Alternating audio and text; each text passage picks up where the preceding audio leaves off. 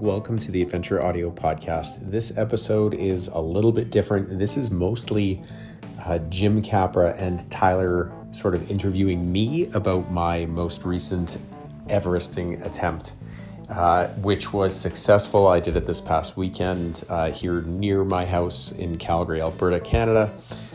And it was brutal, easily the most difficult physical thing I've ever done. Huge hats off to anybody who's done that, or a half Everesting, or an Everesting 10K, or a 10K room. If you've got anything to do with that Hall of Fame, you're a serious badass, and kudos to you. This episode of the podcast is brought to you by the State Bicycle Company. They've just released their race-ready gravel machine at an accessible price. It's the 6061 All-Road, featuring a durable aluminum frame, lightweight carbon fork, and multiple wheel choices. We've talked about this bike to you guys lots of times over the last little while, and we continue to ride them and are amazed by the value and the quality of the bikes. They're just so much fun, and they can do just about anything. Check out statebicycle.com. If you use code ADVENTUREAUDIO as all one word, you'll get free shipping from them. This episode of the pod is also brought to you by the Black Bibs. The Black Bibs actually hooked me up with two custom jerseys for Everesting Adventure Audio jerseys with our logo on it, Starlight Apparel, which is the parent company of the Black Bibs, as well as the charity that I was doing it for, which is Brown Bagging for Calgary Kids. So a huge shout out to the Black Bibs. If you haven't checked them out yet, please do. They're awesome. It's theblackbibs.com. And lastly, this episode of the podcast is brought to you by Wheel Science. So Wheel Science is a recent and new partner of ours, and we're really stoked to be working with them. They're a really, really cool company run by a guy named Peter Kuhn. And what Peter wants to do is actually talk to you about your riding style and hear about that and try and recommend the right kind of wheels for you, even if that means that it isn't wheels from him. That's just the kind of people that they are.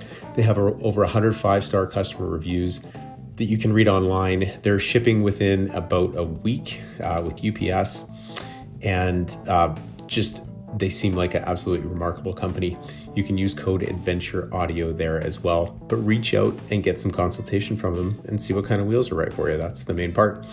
On to this episode of the podcast. Thanks to Jim and Ty. Thank you to Tyler for encouraging me to take on this ridiculous challenge. Thank you everybody who donated, and to all my friends and family that showed up to support me. It meant an awful lot. I had people there really early. I had people there really late. And thank you to everybody who sent encouragement. Some of you I haven't met, just you listened to the podcast and you reached out before, during, or after the attempt. That means a heck of a lot. We appreciate it. And on to this episode of the pod. We'll be back soon.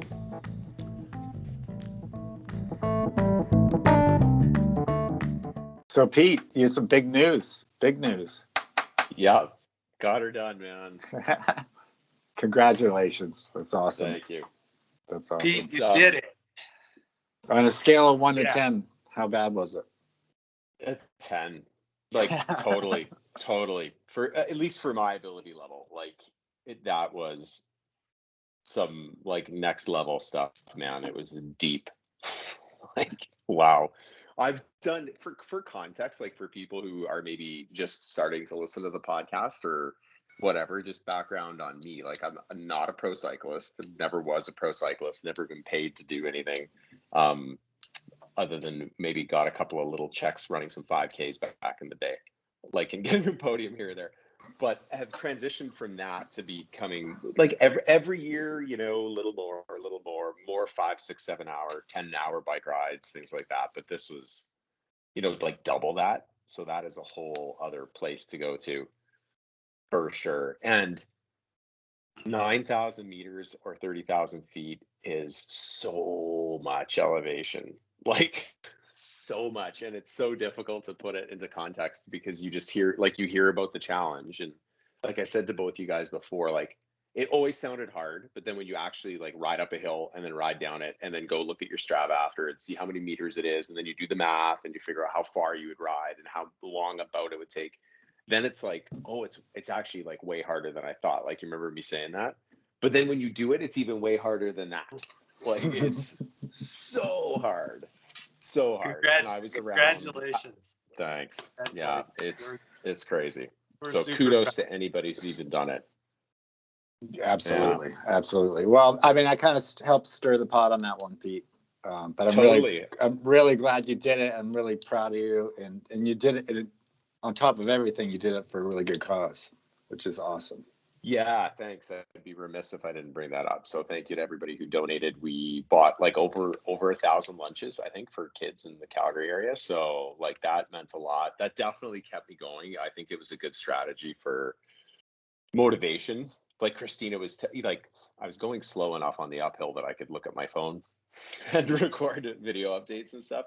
But she texted me at one point and she's like, somebody just donated $500 and stuff like that. Definitely kept me going for sure, as did a lot of encouraging messages from people I don't even know, like from strangers and stuff. Like that was pretty cool.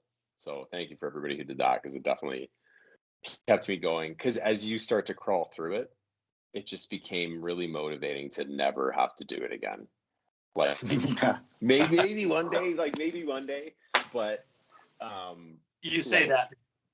Yeah, exactly. Like maybe one day, different, like, you know, if the stars aligned and the challenge was presented itself, maybe, but the idea of just being like I've come this far, I don't ever want to have to do this again, quote unquote. I never had to do it, but like, you know, once you're there, you've fundraised, you've told people about it, you've podcasted about it, you've made posts about it. Black Bib sent me jerseys. I was like, I gotta get this fucking thing done, like somehow. But by 30 or so, there was 120 laps, and by 35 or 40, I was like, this is impossible. Like, I can't. Like, you know, you're like 7 hours into it, and you're like Only 100 more done, and you're like, oh man, like what have I done? And how does anybody do this? Like, it's insane. It just, the number seems so crazy. And when I got to 60, I was like, everybody who's ever done a half Everesting and are in that Hall of Fame should be damn proud of themselves, because 4,424 meters is a ton, and it takes most people like 10 hours to do that. Like, so like it just put everything into a completely different context for me, for sure, of like what's actually difficult. Yeah. Tyler kind of got the ball rolling and you know, teasing / challenging you / when are you going to be doing Everest, and then I kind of jumped on a little bit and we had fun with that. But you got to know that was all done knowing, one, you're just crazy enough that you would do it, and we knew that. And then we all those two things, right? So yeah. So for everyone listening, you're 4 days out from just completing your Everesting. How do you feel today? I feel surprisingly good. I got out for a little spin yesterday, like pathetically slow spin, which was on purpose, and I'll continue to do that. I think I should be doing that for a while. I'm not that sore. I texted you, Jim. I'm trying to get the feeling back in these two fingers. They're pretty numb still. They're better than they were yesterday though. So there's definitely, you said there's a nerve in there, ulnar nerve. Yeah, I think I've definitely your pinched something in there for sure. Yeah. But like other than that, like not bad. My neck's not nearly as bad as I thought. Hands, feet, undercarriage, like, and my legs, I'm not even that sore, but I am like unusually tired. Sure. like struggling to stay awake in the middle of the afternoon. Really? Wow. Kind of yeah, which I'm not ever normally like Yeah. that. But I'm just like, get up and I feel good, and then 2 hours later I'm like, whew, I could have a nap. So I think I need to keep the foot off the gas for a couple of weeks and then just ease back into it and do some harder workouts and see how I feel like the day after that.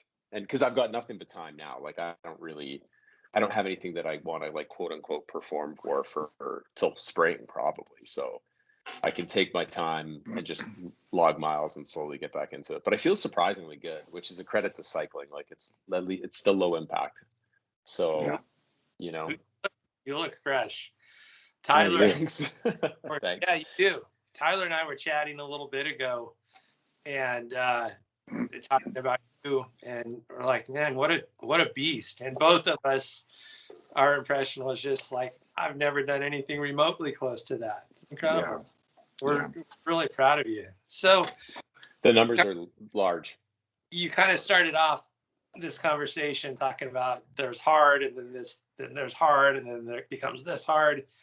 I remember in some of your training, it obviously you need the ability to do some big volume, and you had planned a 200-mile ride, which that's a big day no matter what. There's nothing easy about that, but you kind of cruised through it. You did great. It was difficult, but I remember Tyler afterward was saying, your Everestream is going to be at least twice as hard. How did that relate? Like, what's the comparison? Absolutely was. Oh Absolutely. man, really? And when you first said that, I was like, really? Because I'm like, I respect your opinion. You know what you're talking about in terms of doing difficult things, for sure. Like you've literally written the book on it, and I was like, ooh, that sounds hard. Like I didn't think it was going to be that much harder, but it was at least twice as hard. Riding 200 miles with a couple of friends in the mountains was like, it's fun. It was always fun. It was fun the entire time. Like it was hard. There was time, like I was tired at the end, and we put a lot of planning into it and stuff, but it was always fun. The full 12 hours was fun. Like nothing about Everesting's fun. It was so, I mean, that's like kind of an exaggeration. There's parts of it that are like having people show up, and like it was cool. It was fun to plan and stuff, but it got pretty grueling pretty quick. And became very mentally and physically difficult. Yeah, what was the hardest part? Like, did you feel like quitting? Like, did you? Yes. Like, were you having the conversations all the time? Like, were you thinking about it like 5 laps at a time, 10 laps at a time, 2 laps at a time? Like, I just started to sort of. Did you ever just want to like throw your bike down on the ground and go take a nap? I definitely wanted to sleep. Like that's the hardest part. And I wonder about how many. Like I even wondered. I know it's an honor system, the sleeping part, right? Like.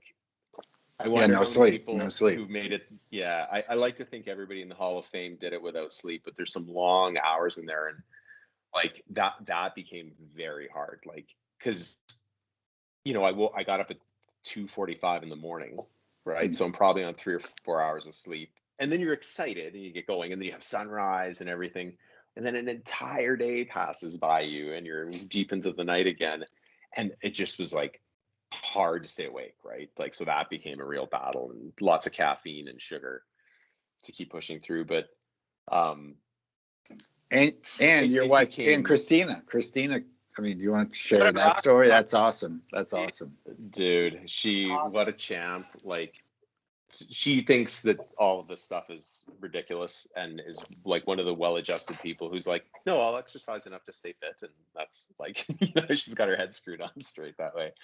But so she came back for the 3rd time. She came with the kids and puppy and snacks and stuff throughout the day. And she came back at about 10 p.m. And I think I can't remember exactly. It was like 95 laps or something like that. So I knew that, like, even though that sounds good, like I'm 95 out of 120, it was like the next 35 laps or 25 laps are still like 3 or 4 hours. Like it feels so far. And you've been doing it for so long. But a 3 or 4 hour ride, like on most days, is legit, like that's usually a good workout. So, and she just gently coaxed me back onto my bike, and she's like, you know what? It's dark. You're obviously really tired. I'm just going to drive behind you real slow, and you can ride in the headlights for a few laps, is what she said. And then she just kept shepherding me out for more, and she stayed for almost 5 hours so I could ride in the headlights of her car, because it allowed me to really ride a lot faster, especially on the descent. Because it was in the country, and as soon as the sun went down, like the minute the sun went down, there was coyotes and deer running across the road and stuff. And it was a nice big road, wide, but it allowed me to descend at 60k an hour instead of whatever 45 or something like that. Which all of the savings mattered at that point to me. So, and it made it super luxurious. And she was with and full credit to our good friend Ken King, who hung out with her too, rode in the car, and then they kind of cheered me up every time I would take a break. And when I'd head out, I'd be like, okay, I won't stop unless I do at least 4. And then, if I got a 5th in, I felt like I was bagging one, right? And then I'd stop again and have a little more sugar and caffeine. And The diet got ugly at one point. I was having, I think I had some cheesies and Coke and coffee all in like a 15-second span. Like Yeah, it was that's just kind of whatever. But and try not to overdo it too, because it's like digestion takes energy out of you. So there's no point in eating more than 250 or 300 calories at a time because you can't process it into energy. And I knew that intellectually, but the temptation just becomes to overdo something, or even I was just queasy. Like it's just hard. Well, yeah. Oh, go ahead, Jim. File, I think you were pushing 10,000 calories. Yeah, I'm sure I did all of that, and I probably still ate 6,500 or 7,000. I figure. So that's just a lot to sort of ram through the system, right? Tell us what all you ate, and did it change throughout the course of the day? Yeah, it definitely changed. So I'd say starting like Friday night, I started to try and go high complex carb, like potatoes, pasta, rice, like lots of low fat complex carbs, so that it's easy to digest, but that you build up the glycogen levels, right? Started off that way too. I probably packed around 10,000 calories because I didn't know all what I would sort of feel like eating. And then I tried to start off with as much real food as possible. Like I ate a bunch of PB&J sandwiches and peanut butter and banana wraps with like honey or maple syrup and stuff. So I was like packing it in pretty good. And then, yeah, definitely late in the cause. I never stopped for like a real meal. I just 6 or 8 lap intervals. I was just snacking and well, I'll get to pace in a second, but ate a whole bunch of that kind of stuff, and then it devolved to gels and like energy chews, like Goo and stuff like that, and just the high sugar stuff, Coke, just to kind of keep Gatorade, just to keep going.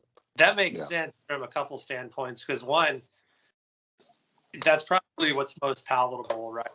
Want something quick and easy, like this does the job and it tastes good. But two, I think that when you do an endeavor like this, you pretty quickly become glycogen depleted. So you need quick burning fuel, and that's what you're doing, right? Totally. I know there's the only other real strategy that I'm like sort of aware of for going that deep that long is to sort of become fat adapted, right? Like to go to a keto diet and trying to not have to do that kind of eating. I've played around with that a little bit a few years ago. I don't think that's you're both shaking your heads.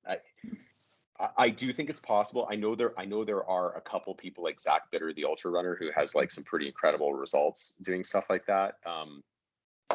It's certainly not one size fits all. I'm not a nutritionist, but I'm definitely more on the more traditional pole of what works for me in terms of performance too. Because my laps were they weren't fast, but they were surprisingly consistent. They just became mentally really hard. But just creating that slow fuel drip, I really think it's the way. That's what I did on the double century in June, and I felt like good and strong basically all day. Did you have mental tricks or mantras or yes yes, mental mantras, totally. Reminding myself that the reason that I put it out there and the reason that I made it public and the reason I put it on social media is so that I couldn't wuss out, right? Like that I would have to continue to go deep. I had friends and my own kids and my friends' kids stopping by and saying like, and then they're leaving for the day and they're like, don't quit no matter what. And I'm reminding myself of the charity. And then again, this is temporary. I'm like, even though it's silly, it's just a silly website at the end of the day, right? Run by a crazy man, Andy Van Bergen. Like, even though I'm like, I will be there forever. Like, it can be there in 100 years from now online. But if I quit, I gotta fucking carry that around with me. Number one, and number two, like, I don't need to be here again if I just complete it, right? If I ever want to do another one, awesome. But if I don't, like, I just know myself, like. Wouldn't you, like, if you were like, if you trained for it and put it out there and you quit at 6,500 meters, like, wouldn't you have to go back? Like, I'd have to go back. I couldn't have unfinished business with it. If I want to do it again one day, it's because I want to, but the box is checked and I've got like, it's forever, right? The pain is temporary. It felt impossible, but I'm like, people can do this. People have done it. There's a website full of people who've done it. Like, it can be done. And I'm probably stronger than some of them. Like, I know I can do this. I just need to keep the fuel up and just need to keep going. So there was a whole bunch of negative shit that comes in, and you're just like, you have to take it and you have to shove it away. And all of the, like, the Courtney Dauwalters of the world and Dean Karnasses and Jack Thompson, ultra cyclists, like all those people who just talk about like those mental tricks to keep yourself going. It's totally true, because you know that those thoughts are coming, whether you're welcoming them or not. They will find their way in there, and you need to be prepared for that thought and have your like mental rebuttal for it, and like push it aside, right? So there was lots of that, coaxing myself gently up the hill, and just knowing that this is pressure over time. This cannot last forever. As long as I continue to apply pressure on this project, it will eventually end. This is temporary. I just need to keep going. That's great. That's great. So are you officially in the Hall of Fame now? I am officially in the Hall of Fame. 9,166 meters, 324 kilometers, and 23 hours, 22:59. That's a elapsed time, right? But even the elapsed time and the moving time, the elapsed time is work too, because it's like you're moving like around. I was self-supported, right? I had people coming by, but it's not like I had somebody mixing bottles for me and handing me snacks and getting my vest on and off me, and like I was self-supported, right? I had 2 bikes, both Cervelos, so I was able to change the seat posts easily from them, so I didn't need to worry about saddle. I could just change the seat post and I was off. But I was doing all those things myself, so even when I stopped, it was still work, right? And then it's like, oh shit, where's my phone? Where's my, you're tired. Like, it just, all of those little things start to add up. So the quote unquote break time does not feel like a break at all. It's all part of the project. So yes, officially in the Hall of Fame. And then I have to admit, I had a moment yesterday where I was like, oh, I can't believe I didn't think of that. So they have 3 challenges in the Everesting Hall of Fame. One is Everesting. Sorry, 4. There's half Everesting, which again is a mad thing to do. 4,400 meters on the same hill. Like, kudos to anybody who's ever taken that on. There's Everesting.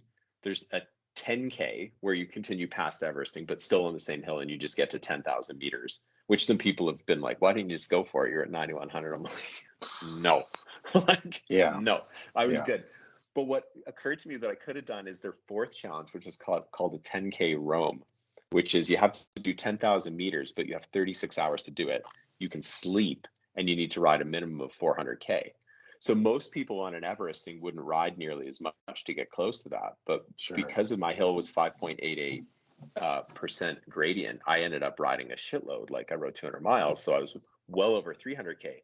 It did occur to me that I could have just had a nap and gone and banged out 75K and checked that box too. So I was a little bit like, damn, that was a real opportunity.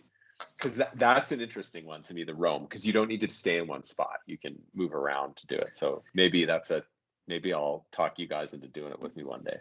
Yeah, maybe that's your next challenge. Maybe that's your next challenge. Yeah. It's a little more civilized because you can sleep, but doing 10,000 meters in 36 hours is still, it's still pretty insane. When I don't want to do what I did with Everesting, where I just think it's hard. No, I'm sure it's way harder than I think. I'm sure that it is. Yeah. But as we had kind of texted each other the other day, you've definitely recalculated by a long shot your dial of what's hard and what you're going to be able to push through. Yeah. Totally. And that's a takeaway that I hope people like immensely. Just sort of like, that's it. It doesn't matter what your Everesting is. Like, that just happened to be my, like, it's like, figure out whatever, like Tyler said, figure out whatever you thought was hard, and then find something that's literally twice as hard, at least twice as hard. And like, go try that, because one of 2 things will happen. You'll fail and you'll have a new goal, or you will completely recalibrate what you're capable of in your mind. Because I was no fitter on Sunday morning than I was the week before. But now I feel completely different about what I can do. And 200 milers, I'm like, I could ride multiple 200 milers in a year. like confidently, like, and have fun with them, right? And it would seem enjoyable. So whatever if you have ran a 5K once and you're like, that was like the hardest thing I ever did, like go sign up for 10K, sign up for a half marathon, scare the shit out of yourself, prepare, take it seriously, and go see what happens. Like you probably are going to surprise yourself. And there's probably going to be a time, like Andy warned me about when we had him on the podcast, there's going to be a time where you're like, this is impossible. Like there's no possible way that I can do this. But you can. It's just pressure over time, right? One foot in front of the another, or just turning the pedals. I know that sounds corny, but people just need to. It's profound. Like it's a crazy change to just be like, I'm the same, sack of bones and muscle that I was before, but like I just believe that I can do all this crazy shit now. Right? So yeah, it's really, really cool. I think everybody should do that. What kind of roller coaster did you experience, both physically and mentally? Like obviously when you're climbing like that, a few hours into it, you're going to get tired, but you definitely hit a point where you're swearing off cycling. But then would you kind of rebound and for, a lap like, oh my gosh, I feel amazing, and then crater, or were you pretty steady Eddie? Yeah, especially in the whole second half was pretty up and down. It got hot. So I started with a headwind, which is weird because I was heading mostly north and it rarely blows from the north. And when it was dark, I had a headwind and I was like, come on. Then the sun came up, the wind went away completely, which was nice, except it got hot. It was like 25 C, which is 78, 79 degrees, which is not that hot, but on a bright sunny day, like, it was a factor, right? I was stopping more often to fill bottles and making sure that I was drinking enough that I had to pee still. And like, that's a red flag if you're not, right? So I was making sure I'm managing that. I thought pretty carefully, but definitely in the second half, I'd have 2 laps where I was like, I'm a machine. This is fine. I got this. And then I have 2 laps where I was like, I just need to close my eyes and lay down. And like, to say it was a roller coaster is probably pretty accurate, and I think it's normal. To go, totally normal. But you knew. So then, and again, that's another one of the mantras of a lot of the really cool endurance athletes that I've followed along with and like read their books, like Dean Karnazes, like Travis Macy, like that those dark moments, that it's gonna be followed by one of those like endorphin highs. You don't know when it's coming, but you just need to hang on for it because it will come. And then you hope that lasts as long as possible and you try and milk it. And then you go back into another dark hole and continue to work away at it. But it's so mentally taxing to be in. It's so weird to do something for a full day and not go anywhere. Like it's so mentally tough, right? It's so different to like, I want to ride from next year. I'd like to ride from Jasper to Calgary, which Jasper's 400 and something K from here. And I think I could probably make it in a day. But that's so different. It's like I could wake up in Jasper super early and it's like, got to get home, right? Like, and there's like a place to be, not just this like counter in your head. It's so hard to just like be going through this like clicker, and I don't think it matters if it's, a lot of people have said, oh, it sounds way harder to do 120 of something than 40, even if it's way long. I don't think it matters. I don't think it matters if you do 3 laps of Haleakala or if you do 120 of what I did. It's just mentally brutal. And you get so sick of the descent. Like I thought it would be this like nice little break. It's just as shitty as the climb or worse. You're just surviving it, getting down safely, turning around and going again. Like you get over it pretty quick. Yeah. So it's a crazy mental challenge. It's awesome what you did. You set your mind to it and you did it. So I have to be honest, Ty, like I never would have done it if you hadn't started chiding me about it a little bit. And stirring the pot. I get to have totally. Yeah. And it started with like, it started as a joke and then it started with me kind of considering it. And then like Jim got in on it and we had Celine Yeager on and she jokes because she listens and she teased me about it. And like, it's like, okay, people do it. Like it's obviously doable, right? It's not the Barkley marathons where almost nobody finishes. Like you can finish it. Yeah. There should be a failure hall of fame. I'm sure it's massive for people who try and just can't do it because it's so hard. But Yeah, like it never would have even really occurred to me. I would have just been in awe of the people that did it, and to be amongst that's a crazy fraternity to belong to. But I'm proud of it for sure. You're in It's it. pretty cool. You're in it. So yeah, thanks for the challenge. I wonder how many Albertans are in the Everesting Hall of Fame. I think Albertans, I could look it up. It's a small number. It's like 20 or something like that. I think I'm like the 95th Canadian or something. To do it on bike, I think it's closer to 200, including running, which is a whole nother thing. Like running 9,000 meters is pretty screwed up. But it is, relatively speaking, like a pretty small number of people, and not a lot of people have done 10K roams, guys. So maybe Jim, you look really inspired. Wow. I'm so. This is how this shit begins. Yeah, I know.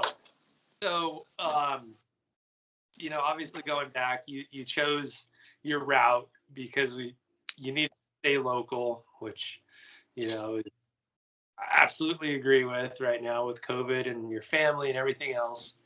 And so you ended up doing a route that wasn't very steep, but it got super long. How did that work for you? And I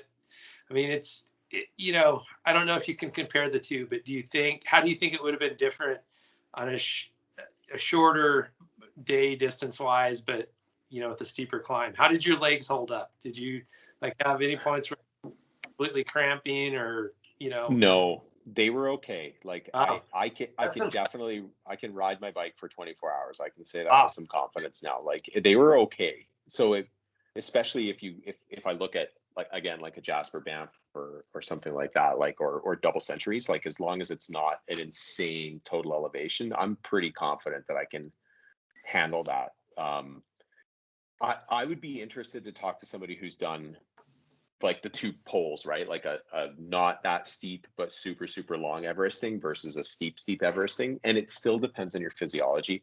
I've convinced myself that steeper is easier because of the time, because I underestimated how much just being exhausted, like doing anything for 24 hours is tiring. It doesn't matter if you're exerting yourself or not. Like, if you do 24 hours of your job straight, like you're just going to be dying for your bed, right? So to cut off hours that way, I think is a big. I think that's a big advantage. I think it's safer if you're less exhausted. So if you can physiologically handle the steeper hill and that punch, like mine was actually, it was 8% for a lot of the way, but it just kind of flattened out after about 2/3, and then it had one last punch. If it had just stayed steep, it probably would have. I wouldn't have missed the flat part that much. I don't think it would have been that big of a deal. I don't feel like I needed that recovery for whatever it is, 45 seconds of the hill or something. But if it had stayed at 8%, it would have cut off, 75 kilometers or something like that. Like it becomes a massive difference once you extrapolate it over the whole effort. And if you can cut off 75K, you're saving yourself, I think I averaged 17K an hour. So you're saving yourself like 4 or 5 hours of the total effort. Like I think that has to be an easier approach just from the total expenditure of time and exposure, I think. But hey, listen, if you've done it two ways, like email me and tell me what you think. I'd be totally. So it's adventureaudiopodcast@gmail.com. If you have questions about planning it or how to nerd out on this, or if you've done an Everesting and you have that comparison, I'd love to hear your thoughts, because I think that steeper is easier because you just cut off time. Yeah. That's my estimation. But I had 3 times as much fun as Ronan McLaughlin, right? It took me 3 times as long. Right. If you were to do this day over, same route, everything, but you had the experience of having one under your belt, what would you do different? Good question. That's a good question, Jim. Great question. Yeah. I would probably start way later in the morning and just have a real sleep, because I slept for 3 or 4 hours maybe, and then I got rolling thinking that I could be done around midnight, but I hadn't considered a couple of things, and I thought I considered everything, right? Yeah. You guys know I took a pretty analytical approach to this, but I didn't account for, when I went and did test laps, I didn't account for how much slower I'd be going in the dark on the descent. I didn't account for mixing bottles. When it's hot in the day, I need to stop every 3 or 4 laps to get water, not every 8. I didn't account for that stuff. And none of those things was a big time suck, but you add them all up and it's a pretty big time suck. I didn't really waste any time. Like I kind of used it all and needed it all. So knowing that, it's like, well, why wouldn't I just sleep if I'm going to ride and start at night and end in the night, like it's a lot of night regardless. So if you have a lot of night either way, and you think it's going to take you that long, and my time is not atypical, like it's pretty normal that people take well over 20 hours to do this. So why wouldn't I just sleep till 9 or 10 in the morning and have a big stack of pancakes and go get after it? Like, what I'm going to ride a shitload in the night anyways. I might as well have the sleep, right? And then you just finish at noon the next day instead of like trying to squeak it into midnight or finishing at 3. So I probably would have done that to battle the fatigue a little better. Beyond that, maybe I could have stacked up a bunch of water bottles that were more ready to go.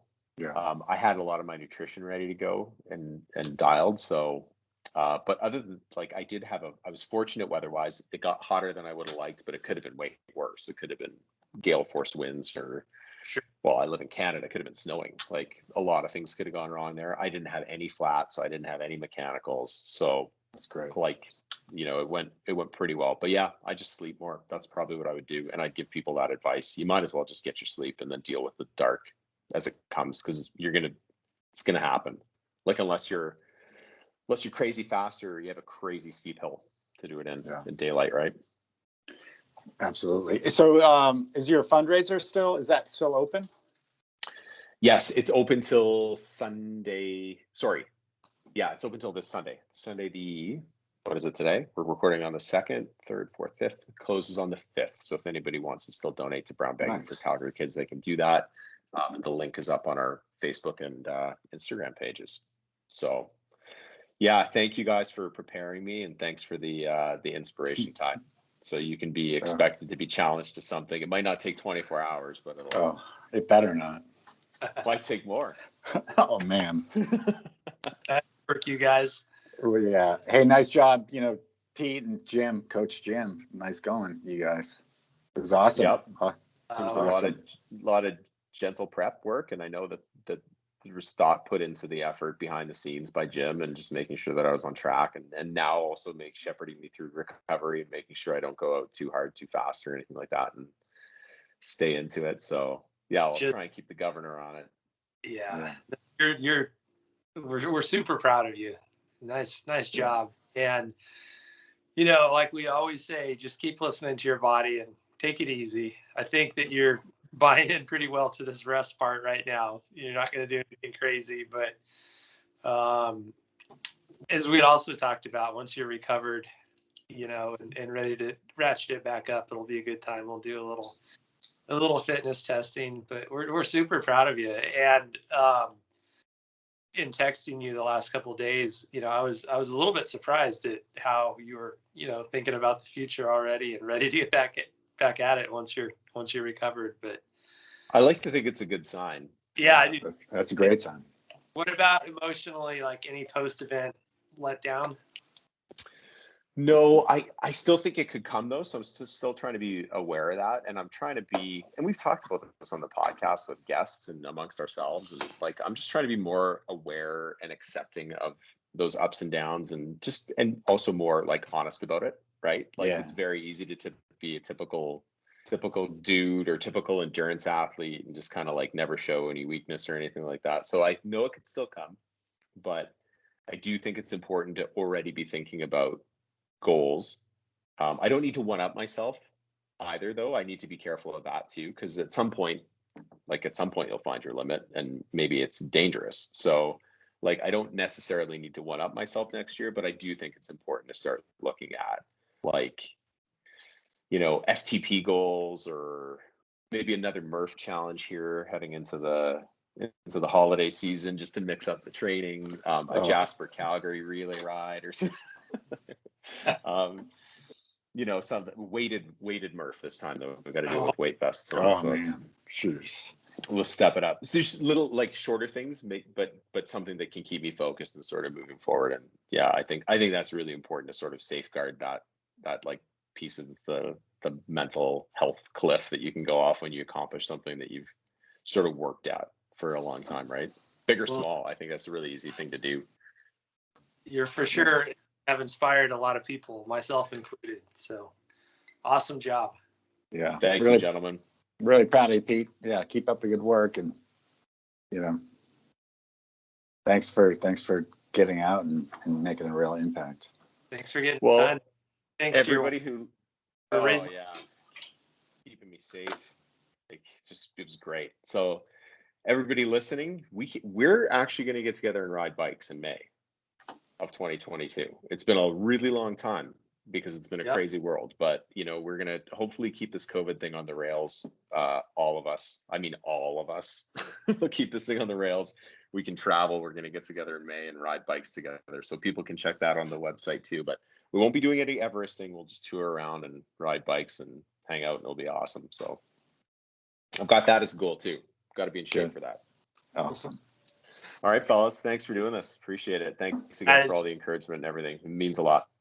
Great work. Keep it up. Yeah. Thanks, guys. Thanks, Pete. Right. Thanks, Jim. Talk soon. Talk to you later. Bye.